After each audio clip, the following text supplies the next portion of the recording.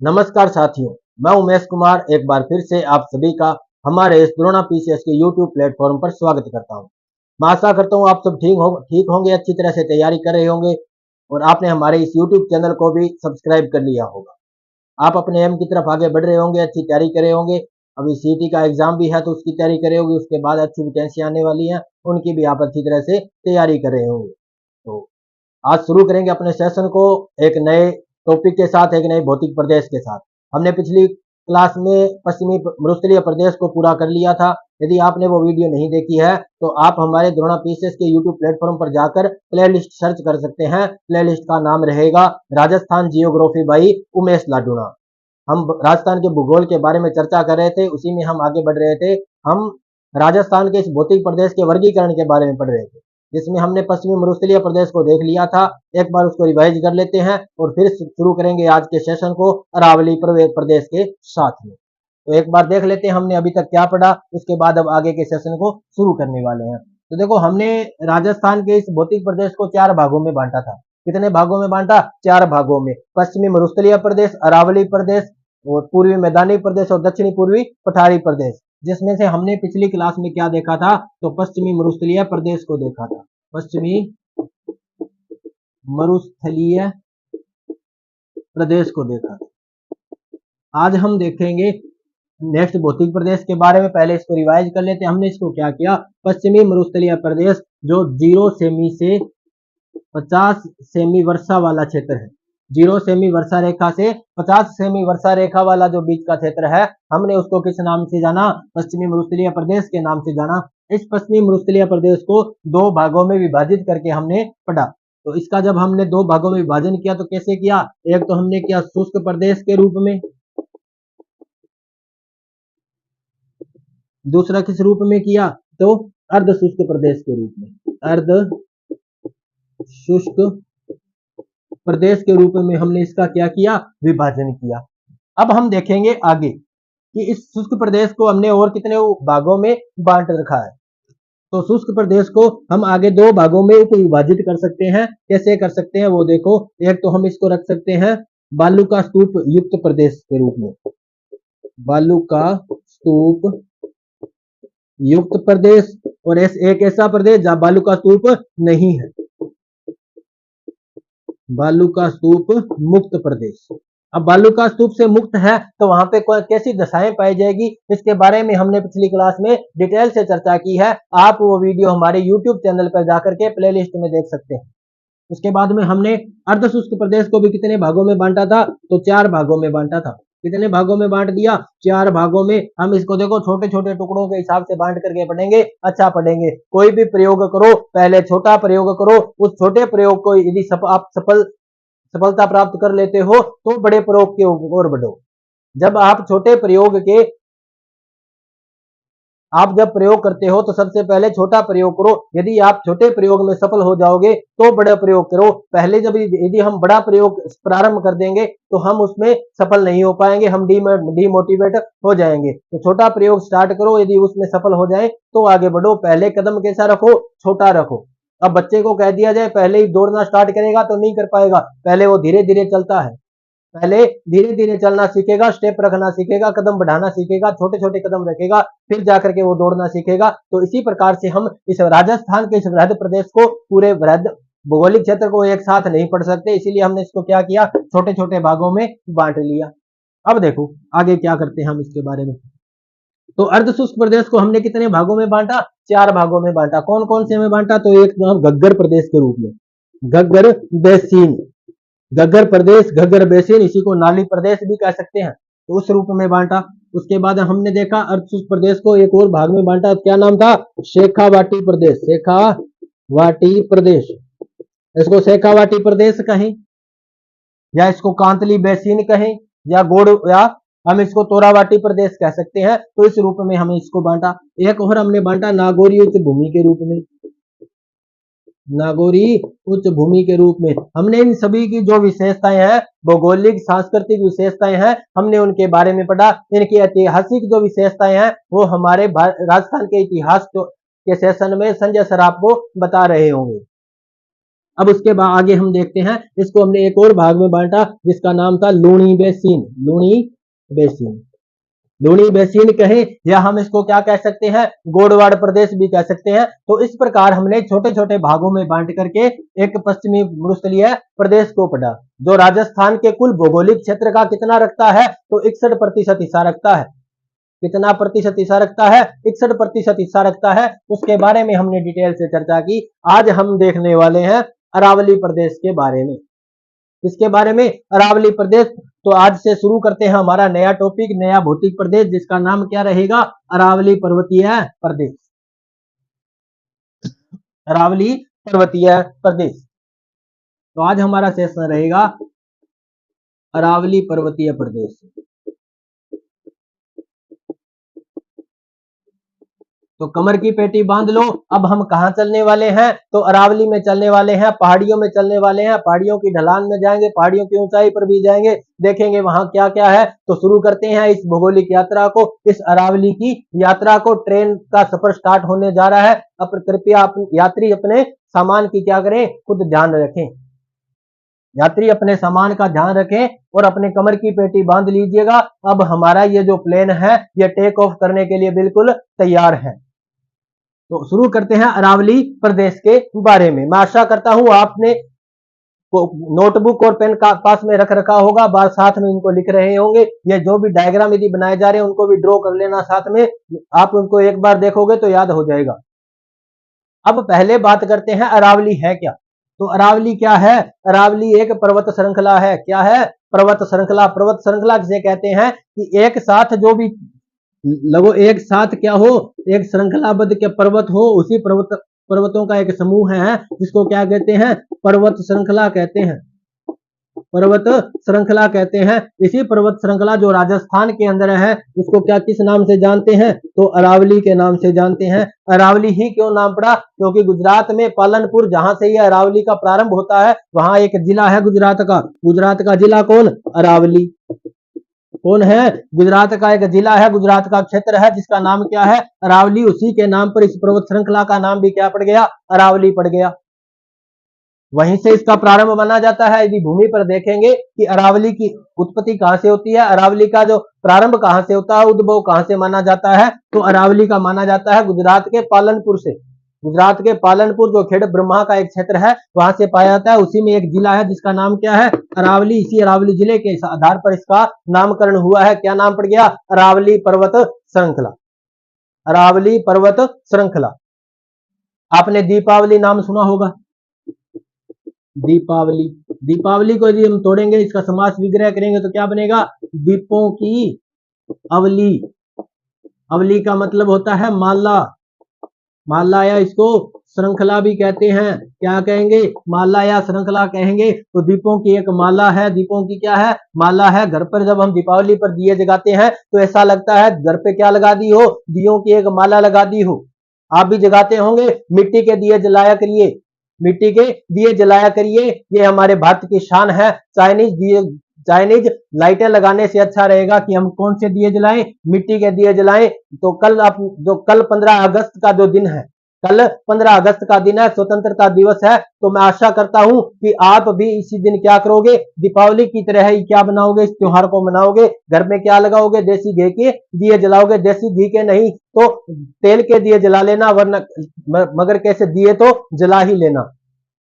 अब हम बात करते हैं इसी प्रकार से ये अरावली शब्द बना है, अरावली बना है अर प्लस अवली। अर प्लस अवली, ये अर है, ये क्या है, ये पहाड़ का समूह है। ये क्या है, एक पठारी समूह है जिसका नाम क्या होता है, अर होता है। अर प्लस अवली से क्या बना, अरावली बना। पहाड़ियों का एक समूह है, पहाड़ी क्षेत्र को कहते हैं अर। क्या कहेंगे, अर कहेंगे। इसी अर से क्या बना, अरावली बना। इसी प्रकार से हम देखते हैं अरावली ये क्या है, माला की तरह है। एक जनेऊ, जनेऊ नाम सुना होगा आपने, जनेऊ नाम सुना होगा। जब उपनयन संस्कार होता है, उपनयन, उपनयन संस्कार, जिसमें क्या होता है, जो 16 संस्कार जो माने जाते हैं मनुष्य के जीवन के, जो 16 संस्कार है, उसमें एक संस्कार होता है कैसा, उपनयन संस्कार। उपनयन संस्कार। इसी उपनयन संस्कार में क्या पहनाया जाता है, जनेऊ पहनाया जाता है, जो कुछ इस प्रकार से दिखाई देता है। जैसे ये कोई व्यक्ति है, देखो चित्र तो अच्छा नहीं बनेगा, इतनी ज्यादा ड्राइंग अच्छी नहीं है, फिर भी आपको दिखा दूं। ये क्या है, कोई एक व्यक्ति है जिसका उपनयन संस्कार हुआ और उसको क्या पहना दिया, जनेऊ पहना दिया। कुछ इस प्रकार से जनेऊ पहनाया जाता है। तो इसी प्रकार से राजस्थान में ये क्या है, अरावली है। अरावली किसकी भांति है, व्यक्ति को पहनाए जाने वाले जनेऊ की भांति है। राजस्थान का क्या है, जनेऊ है, राजस्थान का गौरव है। कौन, अरावली। इस प्रकार से हमने देखा अरावली का नामकरण कैसे माना गया और अरावली क्या है। ठीक है, अब इसके बाद हम आगे देखेंगे अरावली कहां पर स्थित है, इसकी उत्पत्ति कब हुई, कितने साल पहले हुई, सालों पहले हुई, शताब्दियों पहले हुई, किस प्रकार से इसकी उत्पत्ति हुई, यह कितनी पुरानी है, ये भी हम इसके बारे में देखने वाले हैं। अब हम देखेंगे अरावली की उत्पत्ति। ये तो था अरावली नामकरण के बारे में, अरावली नाम कैसे पड़ा, इस पर्वत श्रृंखला का, इस भौतिक प्रदेश का नाम अरावली ही क्यों पड़ा, उसके बारे में हमने देख लिया। अब देखेंगे अरावली की उत्पत्ति। अरावली की उत्पत्ति कब होती है, कैसे होती है, तो इसके पीछे की कहानी तो ज्यादा कुछ नहीं है, लेकिन आपको इतना तो पता होगा, सुना होगा, नहीं सुना तो आज सुन लेना। अरावली विश्व की सबसे पुरानी पर्वत श्रृंखला है।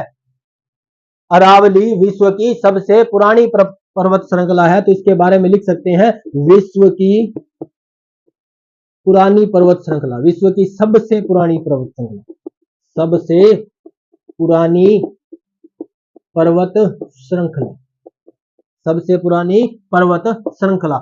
यदि विश्व के हम भौतिक प्रदेशों की उत्पत्ति के बारे में देखें तो सबसे पहले कौन से भौतिक प्रदेश की उत्पत्ति होती है, तो सबसे पहले उत्पत्ति होती है पर्वतों की। किनकी उत्पत्ति होती है, पर्वतों की उत्पत्ति होती है। उसके बाद किनकी उत्पत्ति होगी, पर्वतों के बाद मैदानों की उत्पत्ति होती है। पर्वतों के बाद किनकी उत्पत्ति होती है, मैदानों की। तो इस प्रकार से देखेंगे तो ये जो पर्वत श्रृंखला है, अरावली पर्वत श्रृंखला विश्व की सबसे पुरानी है, क्योंकि इससे पहले की कोई भी पर्वत श्रृंखला के अवशेष हमें नहीं मिले हैं। हमने देखा था अपने पहले ही सेशन में, पहले ही वीडियो में, यदि अब आपने उस वीडियो को देखा हो, नहीं देखा तो आज देख लो। उसके बारे में दोबारा क्या हुआ था कि एक जो ये अपना क्या है, एक पूरी पृथ्वी है, ग्लोब है, एक व्यक्ति आए थे, नाम था वेगनर महोदय, वेगनर महोदय। इनका पूरा नाम है Alfred Wegener, Alfred Wegener, Wegener महोदय। तो वेगनर महोदय ने क्या किया, सन 1912 में इस एक अपनी बुक लिखी, एक बुक के अंदर एक सिद्धांत पेश किया जिसका नाम क्या रखा, महाद्वीपीय विस्थापन सिद्धांत, महाद्वीपीय विस्थापन सिद्धांत। इसके बारे में हम डिटेल से चर्चा करेंगे हमारे फिजिकल जियोग्राफी के टॉपिक में। उससे हमें फिजिकल जियोग्राफी का जब सेशन शुरू करेंगे उसमें इसके बारे में डिटेल से चर्चा करेंगे। अभी आप इतना ही देख लो कि वेगनर महोदय ने क्या कहा था, कब दिया था ये महाद्वीपीय विस्थापन सिद्धांत, 1912 में दिया था। इतना ही काफी है अब के लिए। इन्होंने क्या बताया था कि सबसे पहले जो विश्व की जब पृथ्वी का निर्माण हो गया, हिमयुग समाप्त हो गया, पृथ्वी का निर्माण हुआ, उसके बाद जब हिमयुग आया वो समाप्त हो गया, तो उस जैसे जैसे हिमयुग समाप्त हुआ, जो बर्फ थी, क्यों हिमयुग का मतलब क्या होगा, कोई बर्फ का युग होगा, उसमें क्या होगी, पूरी पृथ्वी बर्फ से ढकी हुई होगी। उसके बाद जैसे ही ये पृथ्वी हिमयुग समाप्त हुआ तो जो बर्फ थी जमी हुई वो पिघलना स्टार्ट होगी, पिघल कर क्या बन गई, एक जल का हिस्सा बन गई, जल बन गई। अब क्या हुआ, जहां भी ढलान वाला क्षेत्र था वहां क्या इकट्ठा हो गया, ये जल इकट्ठा हो गया। तो जब कभी इस जगह पर कोई स्थलीय भूभाग था तो वो सारा एक जगह पे इकट्ठा था, एक जगह पे क्या था, इकट्ठा था। क्योंकि हम ये भी जानते हैं, नहीं जानते तो फिजिकल जियोग्राफी के सेशन में आप अच्छी तरह जान पाओगे किस प्रकार की व्यवस्थाएं होती हैं। पृथ्वी के नीचे कुछ प्लेटें पाई जाती हैं। यदि हम पृथ्वी की संरचना को देखें, यदि एक टुकड़ा पृथ्वी का इस प्रकार हम काट लें, इस प्रकार से काट ले तो हमें इसके अंदर कुछ संरचनाएं देखने को मिलेंगी, इसमें संरचनाएं देखने को मिलेंगी।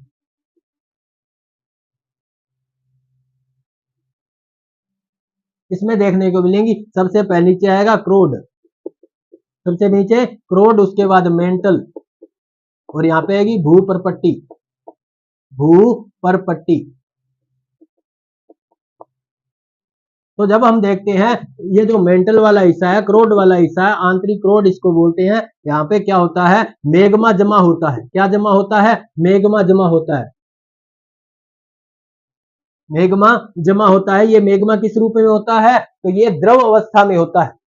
चट्टाने जो द्रव अवस्था में, पिघली हुई अवस्था में गर्म लावे की तरह होती है। लावा जो आपने देखा होगा, ये लावा इसी मैग्मा से बनता है। ये क्या होता है, मैग्मा बिल्कुल कैसा होता है, तरल होता है। तरल आग का एक दरिया होता है, जिसे तैर कर पार करना होता है। कोई गाना इस प्रकार आपने सुना होगा। इसमें क्या होता है, ये आग का क्या होता है, दरिया होता है, जिसे किस नाम से जानते हैं, मैग्मा के नाम से जानते हैं। पिघली हुई चट्टानें हैं ये। ताप के अधिक ताप और दाब के कारण जब चट्टानें पिघल जाती हैं, क्योंकि जो भूमि पृथ्वी के अंदर का तापमान है वो बहुत ज्यादा है। पृथ्वी अंदर से क्या है, आग का एक गोला है। सूर्य की भांति ही पृथ्वी अंदर आग का गोला है, क्योंकि पृथ्वी बनी किससे है, तो सूर्य से बनी है। अब यहाँ पे ये जो मैग्मा है, इस मैग्मे के ऊपर क्या है, कुछ प्लेटें पाई जाएंगी, कुछ प्लेटें पाई जाती है। इस प्रकार से प्लेटें होती हैं, जिन्हें हम कहते हैं प्लेटें। इनके बारे में एक अलग से थ्योरी है, जिसको कहते हैं plate tectonic theory. Plate tectonic theory कभी फिजिकल ज्योग्राफी के सेशन में हम इनके बारे में डिटेल से देखेंगे। प्लेट टेक्टोनिक थ्योरी क्या होती है, किस प्रकार से प्लेटें कार्य करती है, भूकंप कैसे आते हैं, ज्वालामुखी का कैसे फटते हैं, ये जो महाद्वीप हम जो देख रहे हैं किस प्रकार से बने हैं, महासागर कैसे बने हैं, पृथ्वी पर जो घटनाएं हम देखते हैं कि आज भूकंप आ गया, आज चक्रवात आ गए, कैसे आते हैं, उसमें भी देखेंगे। अब देखो, ये जो प्लेटें हैं, ये प्लेटें इस यहाँ पे क्या बनी हुई है, ये प्लेटें हैं इस तरल पदार्थ के ऊपर तैरती है। जैसे समुद्र पे कोई जहाज तैरता है, नाव तैरती है, उसी प्रकार से ये प्लेटें इस मैग्मा के ऊपर तैरती हैं। तैरती तैरती है, कभी हिलने भी लगती है, क्योंकि जहाज भी हिलने लगता है। ये हिलती है, या कभी एक दूसरे के पास पास आती है, या कभी दूर जाती है। तो इससे क्या होता है, भूगर्भ में प्लेटों में कुछ हलचलें होती है, जिससे भूकंप आते हैं, ज्वालामुखी आते हैं, और पर्वतों का निर्माण भी होता है। कब होता है पर्वतों का निर्माण, जब ये प्लेटें पास पास आएंगी। जब ये प्लेटें पास पास आएंगी, तो इनमें से जो हल्की प्लेट होगी वो ऊपर रह जाएगी, और भारी प्लेट नीचे जाएगी, ऊपर जाएगी, तो यहाँ पे वलन पड़ जाएगा, और वलन से क्या बन जाएंगे, पर्वत बन जाएंगे। वेगनर महोदय कहते हैं, कभी ये प्लेटें एक जगह इकट्ठी थी। क्या थी, एक जगह इकट्ठी थी, पृथ्वी के दक्षिणी छोर पर, दक्षिणी ध्रुव की तरफ। यहाँ पे ये क्या थी, प्लेटें एक साथ इकट्ठी हुआ करती थी, एक साथ इकट्ठी थी। तो इन्होंने इसको नाम तो देना ही पड़ेगा। अब अपने महाद्वीप कहते हैं, कौन सा महाद्वीप है, एशिया महाद्वीप है। कौन सा महाद्वीप है जी, अफ्रीका महाद्वीप है। कौन सा महाद्वीप है, तो यूरोप महाद्वीप है, उत्तरी अमेरिका महाद्वीप है, दक्षिणी अमेरिका महाद्वीप है, चाहे ऑस्ट्रेलिया महाद्वीप है। हम इनके अलग अलग नाम लेते हैं ना, उसी प्रकार से वेगनर महोदय ने इस जो स्थलीय भाग था, इसका क्या नाम दिया, इन्होंने इसका नाम दिया पेंजिया। इसको क्या कहा, पेंजिया कहा। इस महाद्वीप वाले हिस्से को, इस द्वीपीय हिस्से को, इस भू स्थलीय हिस्से को क्या नाम दिया, तो पेंजिया नाम दिया। उसके बाद इसके आस बाहर जो जितना भी जलीय क्षेत्र है, ये सारा सारा क्या है, जलीय क्षेत्र है। इस जलीय क्षेत्र को क्या नाम दिया, तो पेंथालासा नाम दिया, पेंथालासा नाम दिया। अब क्या हुआ, कभी ये जो प्लेटें हम अपने अभी देखी, जो मैग्मा के ऊपर तैर रही हैं, इनमें कुछ हलचलें हुई, इन प्लेटों में अपसारी गति हुई, ये प्लेटें आपस से क्या हुई, दूर होने लगी। जब ये प्लेटें पास आती है, तो पर्वत निर्माणकारी घटनाएं होती है, और जब ये दूर जाती है, तो विनाशकारी घटनाएं होती हैं। जैसे शिव जी की तीसरी आंख खुल गई हो, महादेव जी की तीसरी आंख खुल गई हो, कुछ ऐसा ही विनाश होता है। अब देखो क्या हुआ, जब ये प्लेटें दूर दूर खिसकी, तो ये जो पेंजिया है, ये दो भागों में टूट गया। पेंजिया कितने भागों में टूट गया, दो भागों में टूट गया। तो दो भागों में टूट गया, तो इनका नाम अलग अलग दे दिया। क्या नाम दे दिया, वेगनर महोदय ने इन दोनों के नाम अलग अलग दे दिए। क्या कहा, जो ऊपर वाला जो हिस्सा बचा, उसका नाम दिया अंगारा लैंड, अंगारा लैंड। और जो बचा दक्षिण का हिस्सा, जो नीचे वाला हिस्सा, इसका क्या नाम दिया, तो इसका नाम दिया गोंडवाना, गोंडवाना लैंड। इस प्रकार से ये दोनों बने। अब जो बीच में जो हिस्सा बच गया, जो इसे जो बीच का जो दरार बची, जो भ्रंश वाला क्षेत्र बच गया, इसके अंदर क्या हुआ, ये जलीय क्षेत्र था, तो इन्होंने इसने क्या किया, इसको कवर कर लिया। यहाँ पे क्या भर गया, तो जल भर गया। जल भरने से ये क्या बन गया, एक सागर बन गया, एक महासागर बन गया, जिसका नाम दिया गया टेथिस महासागर, टेथिस महासागर। जैसे कि हम जानते हैं, हमने पहले पढ़ा भी था कि ये जो हमारा जो मरुस्थलीय प्रदेश है, इसकी उत्पत्ति किससे मानी जाती है, तो टेथिस सागर से मानी जाती है। इसके प्रमाण भी हमने देखे थे। यदि आपने वो वीडियो नहीं देखी, तो आप कहां देख सकते हो, हमारे द्रोणा पीसीएस यूट्यूब प्लेटफॉर्म पर प्लेलिस्ट में देख सकते हो। राजस्थान जियोग्राफी बाय उमेश लाडूणा में आप ये देख सकते हो। उसके बाद कभी क्या हुआ, ये इन प्लेटों में वापस अभिसारी गति हुई, ये प्लेटें वापस आपस में क्या करी, टकराने लगी। तो यहाँ से क्या हुआ, देखो ये नदियां बनी, यहाँ से नदियां थी कोई, अपना जो बरसात का जल लेकर आती थी, इसके अंदर जल बहाती थी। उसके बाद क्या होता था कि इसके साथ ये जो महाद्वीप जो हिस्सा है, ये गोंडवाना लैंड या अंगारा लैंड का हिस्सा है, ये क्या है, इसके साथ मिट्टी कट करके नदियों वाली जो नदियों के साथ मिट्टी कट कर कहा जाती थी, इस 33 महासागर में जाती थी और कुछ अवसाद इकट्ठा हो जाएगी।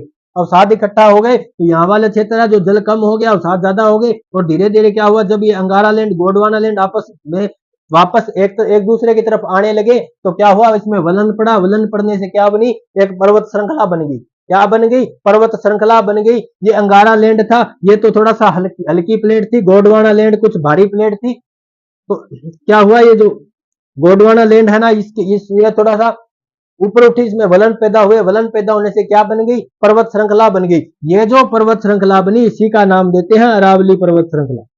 अरावली पर्वत श्रृंखला, यही है हमारी अरावली पर्वत श्रृंखला जो यहां से बनी। यही अरावली पर्वत श्रृंखला है जो विश्व की सबसे पुरानी पर्वत श्रृंखला है। आपसे यदि कोई पूछे कि अरावली पर्वत श्रृंखला किससे बनी, कौन से क्षेत्र से बनी, किसका अवशेष है, तो हम कह सकते हैं कि गोंडवाना लैंड का अवशेष है। 33 सागर का भी थोड़ा बहुत अवशेष मान सकते हैं, लेकिन किसका अवशेष है, ये गोंडवाना लैंड का अवशेष है। अभी हमने देखा भी था। तो इस प्रकार से अरावली की उत्पत्ति हुई, ये अरावली थी, हमने इसके बारे में देखा। वेगनर महोदय का ये जो सिद्धांत है, महाद्वीपीय विस्थापन सिद्धांत, कभी फिजिकल जियोग्राफी के भौतिक भूगोल के सेशन में हम इसको देखेंगे। अब हम बात करते हैं आगे। हमने देख लिया कि ये जो अरावली पर्वत श्रृंखला है विश्व की सबसे प्राचीन पर्वत श्रृंखला है। कैसे, ठीक है, विश्व की सबसे प्राचीन पर्वत श्रृंखला है जिसका निर्माण लगभग 65 करोड़ वर्ष पहले हुआ। जो अभी हमने महाद्वीप के विस्थापन वाली जो अवस्थाएं देखी, कितने साल पहले की है, ज्यादा समय नहीं हुआ, थोड़ा बहुत तो समय, 65 करोड़ का समय कितना होता है, कल कभी नहीं आता, लेकिन 65 करोड़ साल अभी निकल जाएंगे, पता नहीं चलेगा। लेकिन हमारा कल जो है वो कभी नहीं आने वाला। इसीलिए कहते हैं जो अच्छे काम है वो आज ही कर लीजिए, जो अच्छे काम है वो आज ही कर लीजिए, और जो हमें लगता है ये थोड़े से बुरे काम है इनको कल पर टाल दीजिए, क्योंकि कल कभी नहीं आएगा और बुरे काम हमसे कभी नहीं होंगे। ये जो 65 करोड़ साल का जो समय है, इस 65 करोड़ साल पहले क्या बनी थी, पूरा ये पर्वत श्रृंखला बनी थी। 65 करोड़ वर्ष पूरा पूर्व बनी थी, वर्ष पहले। आज से लगभग कितने वर्ष पहले, तो 65 करोड़ वर्ष पहले, थोड़े तो टाइम की बात है। 65 करोड़ वर्ष पहले किसका निर्माण हुआ, अरावली पर्वत श्रृंखला का निर्माण हुआ। किस प्रकार निर्माण हुआ अभी हमने देखा। तो विश्व की सबसे पुरानी पर्वत श्रृंखला है, 65 करोड़ वर्ष पहले बनी। किसका हिस्सा देखा था हमने, तो गोंडवाना लैंड का हिस्सा है। यदि पूछे ये अवशेष किसका है, तो किसका हिस्सा है, गोंडवाना लैंड का हिस्सा है। गोंडवाना लैंड का हिस्सा है। अब यदि कोई ऐसा पूछे कि इसकी प्रकृति कैसी है, प्रकृति का मतलब ये वलित पर्वत है या अवशिष्ट पर्वत है, तो हम कह सकते हैं जब ये बनी थी, जब इसका निर्माण हुआ था, तब क्या हुआ था, गोंडवाना लैंड और अंगारा लैंड के आपस में मिलने से क्या उत्पन्न हुए थे, वलन उत्पन्न हुए थे। तो हम कह सकते हैं अरावली पर्वत श्रृंखला कैसी पर्वत श्रृंखला है, वलित पर्वत श्रृंखला है, वलित पर्वत श्रृंखला। अपने निर्माण के वक्त, निर्माण के समय, वर्तमान में क्या है, ये जो पर्वत श्रृंखला है इसका थोड़े से अवशिष्ट ही बचे हैं। ये जो पहले जितनी ऊंचाई पर थी उतनी ऊंचाई अब नहीं है, क्योंकि इतना साल, इतने समय जो पुरानी हो गए, इतने समय बीत गए, 65 करोड़ साल पहले की बनी हुई है, इतना समय बीता, इसके अंदर बरसात भी आई, मौसम भी परिवर्तन हुए होंगे, हवाएं भी तेज चली होंगी, कुछ ऐसी दशाएं और बन गई होंगी, कुछ मनुष्य ने तो नुकसान किया ही किया है, क्योंकि मनुष्य जहां पर भी कदम रखता है अपने अवशेष जरूर छोड़ जाता है नुकसान के रूप में। मनुष्य ने जहां जहां कदम रखे वहां वहां नुकसान के रूप में अपने अवशेष जरूर छोड़ दिए। इतना बड़ा जंगल था अमेजन वर्षावन, विश्व का सबसे बड़ा वन अमेजन वर्षावन, जिसमें मनुष्य ने प्रवेश करने के बाद आज उसका भी क्या हो रहा है, ह्रास हो रहा है, ह्रास हो रहा है। देखो मनुष्य के तो आने से पहले ही डायनासोर नष्ट हो गए, उन्हें भी पता चल गया होगा मनुष्य आने वाला, अपने चले जाओ, अपना बाद में अस्तित्व नहीं रहेगा। उन्हें भी ये पता चल गया होगा कि मनुष्य आने वाला है, हम अपने टाइम से निकल लो यहां से। तो वो भी देखो हमसे पहले ही निकल गए, क्योंकि उनसे पता चल गया कि अब मनुष्य आएगा और हमारा विनाश करेगा, इससे पहले खुद ही चले जाए, तो इसलिए वो खुद ही चले गए। अब देखो क्या हुआ, ये वलित पर्वत श्रृंखला है। इसके बाद समय के साथ साथ इसमें क्या हुए, कटाव हुए, टुकड़े हुए, उसके ये थोड़ी सी घिसाव हुआ इसके अंदर, तो बच क्या गया, अवशिष्ट बच गया। इसको अवशिष्ट और भी तरह से कह सकते हैं, क्योंकि हमने देखा 33 सागर के जो, जिसमें 33 सागर जब था, तो जब ये अंगारा लैंड गोंडवाना लैंड आपस में मिले, तो नीचे तो क्या था, 33 सागर ही तो था। जैसे ही वो आप पास में मिल रहे हैं, आप कोई भी चीज को दबाएंगे तो बीच वाला हिस्सा ऊपर उठेगा। तो जैसे 33 सागर में नदियों द्वारा लाए गए अवसाद इकट्ठा थे, उन अवसादों का क्या हुआ, थोड़े से ऊपर उठने लगे, थोड़े से ऊपर उठे, जहां से क्या बने, पर्वत बने, तो उनके साथ ये भी ऊपर उठे होंगे। तो उसमें क्या था, अवसाद थे, अवसाद थे, कुछ चट्टानी हिस्से थे, इसमें तो कुछ धातुएं भी थी, कुछ खनिज भी थे, तो वो सारे के सारे ऊपर उठे, तो इसके क्या बन गई, ये एक अवशिष्ट है, किसका, अवसादों का अवशिष्ट है, तो इसीलिए इसको कह सकते हैं ये कैसी पर्वत श्रृंखला है, अवशिष्ट पर्वत श्रृंखला है, अवशिष्ट पर्वत श्रृंखला। ये कैसे है, वर्तमान में, वर्तमान स्वरूप में, निर्माण स्वरूप में कैसी थी, तो वलित पर्वत श्रृंखला थी। वर्तमान स्वरूप में कैसी है, तो अवशिष्ट पर्वत श्रृंखला है। यह है अरावली के बारे में कुछ इसे अलग से बातें। अब हम देखते हैं अरावली का प्रारंभ कहां से होता है। हम अरावली की उत्पत्ति समय से पहले तो देख ली, कितने समय पहले है। अब स्थान विशेष से देख लेते हैं कि उसकी उत्पत्ति कौन से स्थान से मानी जाती है, कहां से वो प्रारंभ हुई मानी जाती है, कहां उसका अंतिम छोर माना जाता है, यह भी हम देख लेते हैं। अब हम देखेंगे अरावली का विस्तार। अब हम देखेंगे अरावली का विस्तार कहां है, विस्तार। तो अरावली का जो विस्तार, जो प्रारंभ होता है, अरावली जो प्रारंभ होती है वो कहां से होती है, तो लक्षद्वीप के पास से। कहां से होती है, लक्षद्वीप के पास से, हिंद महासागर में, हिंद महासागर या अरब सागर का हम कह सकते हैं, अरब सागर से ये प्रारंभ होती है। ये हमारा देखो भारत है,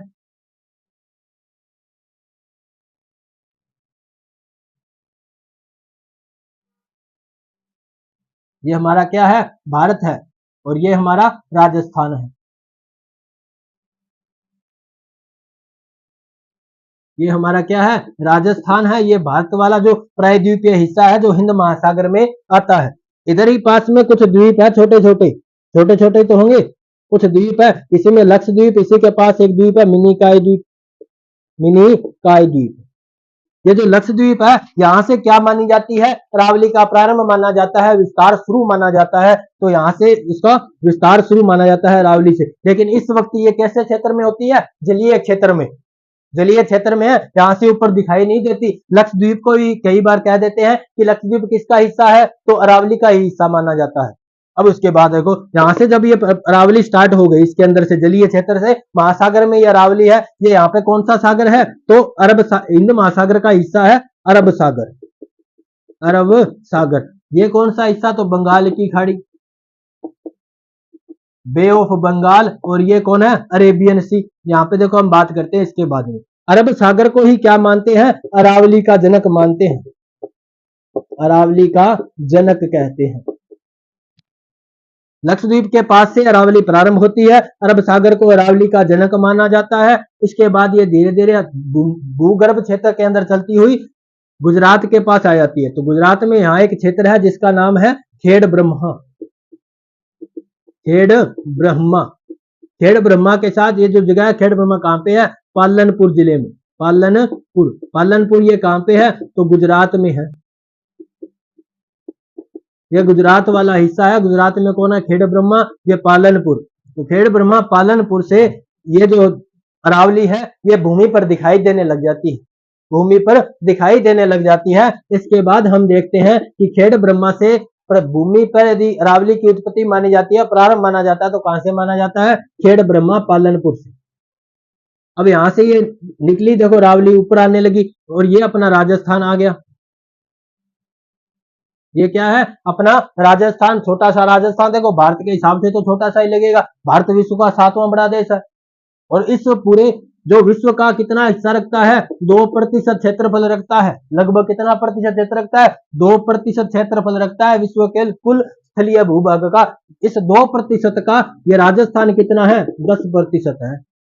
तो लगभग पूरे विश्व के क्षेत्रफल का राजस्थान कितना प्रतिशत है? तो 0.2% हिस्सा है। तो छोटा सा तो नहीं है। राजस्थान से कम 100 देश ऐसे होंगे, 100 सवा 100 देश ऐसे होंगे जो राजस्थान के क्षेत्रफल से छोटे हैं, राजस्थान के क्षेत्रफल से छोटे हैं। अब देखो क्या हुआ, ये अरावली जब राजस्थान के अंदर प्रवेश करती है तो यहाँ पे एक जगह है जिसका नाम है आबू।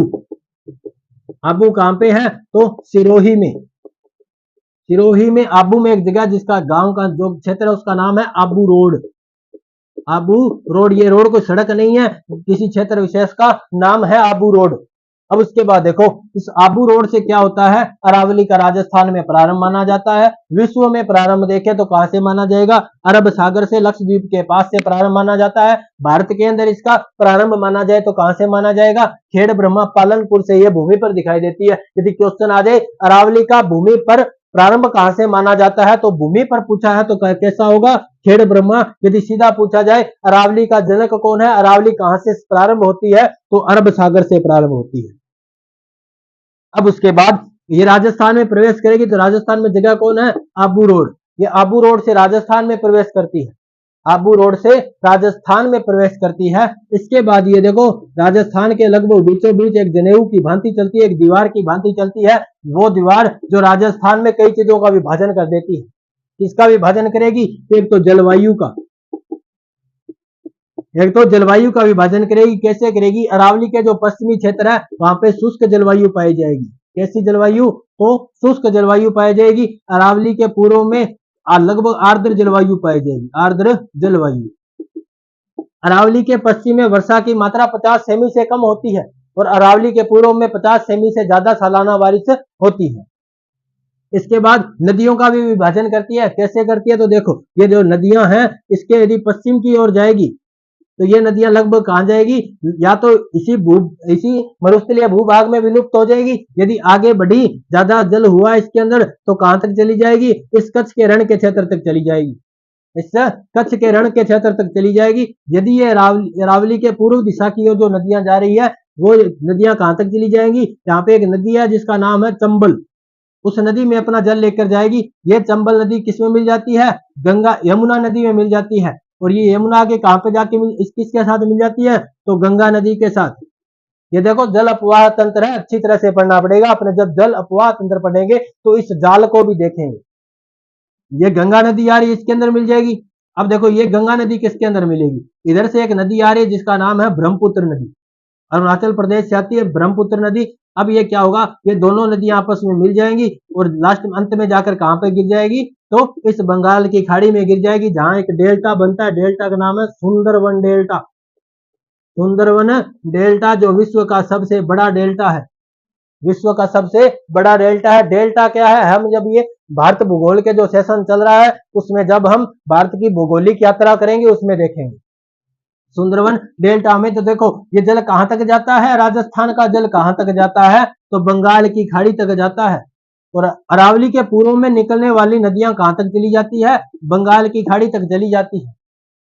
तो इस प्रकार से ये जल का विभाजन करती है, वर्षा का विभाजन करती है, जलवायु का विभाजन करती है, नदियों का भी क्या करती है? विभाजन करती है। और भौगोलिक प्रदेश का भी कर देती है। क्यों? क्योंकि अरावली के पश्चिम में सारा सारा मरुस्थल प्रदेश है, अरावली के पूर्व में कैसा क्षेत्र है? तो मैदानी और पठारी प्रदेश है।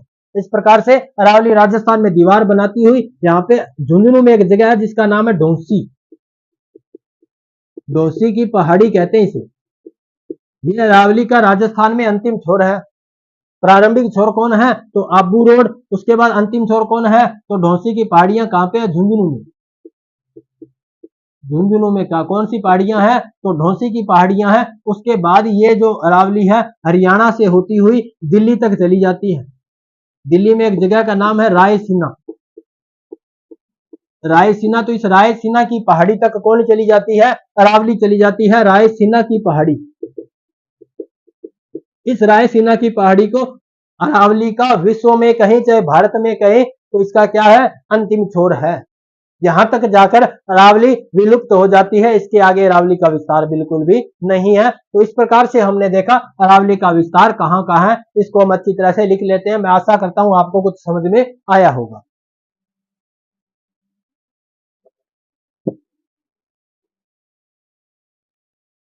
अब हम देखते हैं अरावली का विस्तार।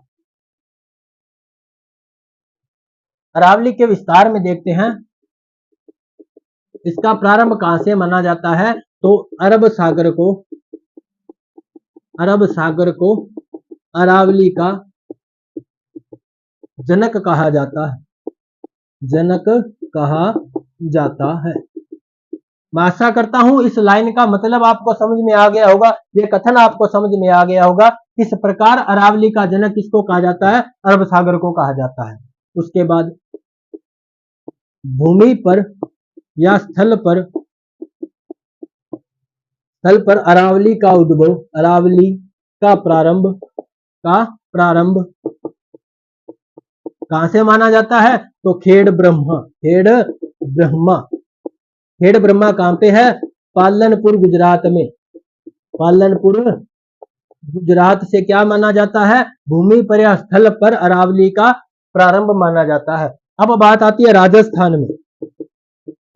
राजस्थान में अरावली का प्रारंभ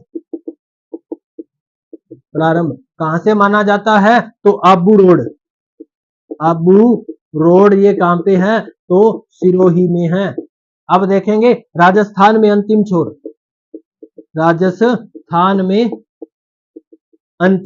किसका अंतिम छोर, तो अरावली का अंतिम छोर कौन है, डोंसी की पहाड़ी कहां पे है, झुंझुनू में। अब देखें भारत में अरावली का अंतिम छोर कहां पे है, अरावली का अंतिम छोर, तो रायसीना की पहाड़ी दिल्ली तक, रायसीना की पहाड़ी दिल्ली, यहां तक इसका क्या है, अंतिम छोर है। तो आपको इसके विस्तार के बारे में पता चल गया होगा, कहां कहां इसका विस्तार है, तो गुजरात, राजस्थान और दिल्ली। राजस्थान दिल्ली के बीच में एक राज्य आता है जिसका नाम क्या है, हरियाणा। कौन सा आना, हरियाणा। तो हरियाणा में भी जाके आना कभी, हरियाणा भी अच्छी जगह है। आजकल तो हरियाणवी गीत सबसे ज्यादा चलते हैं, किसी के विवाह शादी कोई प्रोग्राम हो तो डीजे पर कौन सा गाना ज्यादा चलेगा, हरियाणवी गाना ज्यादा चलेगा। आजकल तो 15 अगस्त पर भी कौन से गाने ज्यादा चलते हैं, हरियाणवी गाने ज्यादा चलते हैं। जहां कौन से गाने चलने चाहिए, तो देशभक्ति गीत चलने चाहिए, ताकि हमें ये एहसास हो कि हमारा देश आजाद कैसे हुआ, हमें हमारे देश के सैनिकों के गौरव पता चले, हमारे देश के जो शहीद हैं जिनके शहीदी पर हमें क्या मिली, आजादी मिली, तो उनके गौरव को हमें याद करना चाहिए, उनके बलिदान को याद करना चाहिए, न कि ऐसे गाने लगाने चाहिए। ये गाने विवाह शादियों में अच्छे लगते हैं, तो थोड़ा सा प्रोग्राम में थोड़ा सा बदलाव करना चाहिए। अब क्या देखेंगे हम, अब देखेंगे अरावली के विस्तार के जिले। तो विस्तार के जिले कौन कौन से जिलों में विस्तार है, तो गुजरात में है, उसके बाद राजस्थान में है, उसके बाद हरियाणा में भी है, और उसके बाद कौन से में है, तो दिल्ली में कौन है, तो रायसीना की पहाड़ी। अब देखो गुजरात में इस अरावली पर्वत को किस नाम से जाना जाता है, तो अरावली के नाम से जाना जाता है। राजस्थान में कुछ और भी नाम इसके लिए जाते हैं, अरावली के अलावा इसके नाम लिए जाते हैं अरबू या अरबूदांचल। एक नाम और आता है आड़ावाला। इसके अलावा भी कुछ नाम लिए जाते हैं, जैसे मगरा, जैसे भाकर, ये भी नाम आएंगे, इसके बारे में हम डिटेल से चर्चा करेंगे। हरियाणा में जो अरावली है उसको किस नाम से ज्यादा जानते हैं, डोंसी के नाम से जानते हैं। अभी हमने डोंसी के बारे में बात की, तो अरावली का जो हरियाणा में अरावली का स्थानीय नाम क्या है, डोंसी है। दिल्ली में क्या नाम है, तो रायसीना की पहाड़ी नाम है। इस प्रकार से अरावली का क्या है, विस्तार है। अरावली का सर्वाधिक विस्तार राजस्थान में है। अरावली का सर्वाधिक विस्तार कहां पे है, तो राजस्थान में है। अब हम देखेंगे अरावली की लंबाई कितनी है, कहां कहां विस्तारित है, इसमें इसका कुल कितना क्षेत्रफल है, राजस्थान के कुल क्षेत्रफल के कितने प्रतिशत हिस्से में क्या है, अरावली है, कितनी जनसंख्या रहती है, और क्या क्या विशेषताएं हैं, तो ये सब हमें आगे देखेंगे। आज के लिए इतना ही। कैसी लगी आज की क्लास हमें कमेंट में जरूर बताना। यदि अच्छी लगी हो तो लाइक करना, कमेंट करके भी सुझाव देना। चैनल को सब्सक्राइब नहीं किया तो चैनल को सब्सक्राइब कर लेना। बेल आइकन को प्रेस कर लेना ताकि आने वाली वीडियो के नोटिफिकेशन आपको मिल सके। धन्यवाद।